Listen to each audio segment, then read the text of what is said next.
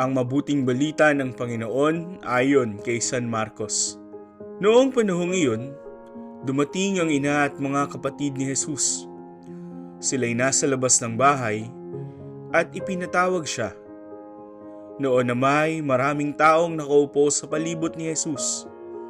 At may nagsabi sa kanya, "Nariyan po sa labas ang inyong ina at mga kapatid.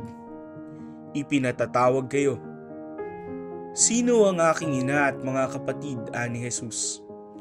Tumingin siya sa mga nakaupo sa palibot niya at nagwika, "Ito ang aking ina at mga kapatid, sapagkat ang sino mang tumatalima sa kalooban ng Diyos ay siya kong ina at mga kapatid."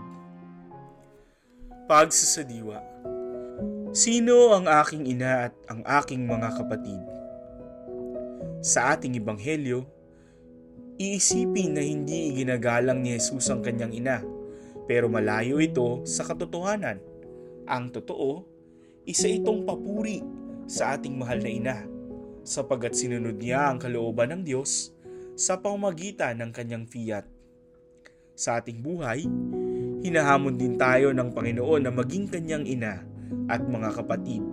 Handa ba tayong gumawa ng mga radikal na hakbang para labanan ng tukso nang sa gayon ay hindi natin masaktan ang kalooban niya? Sa bandang huli, mapabilang nawa tayo sa pamilya ni Kristo.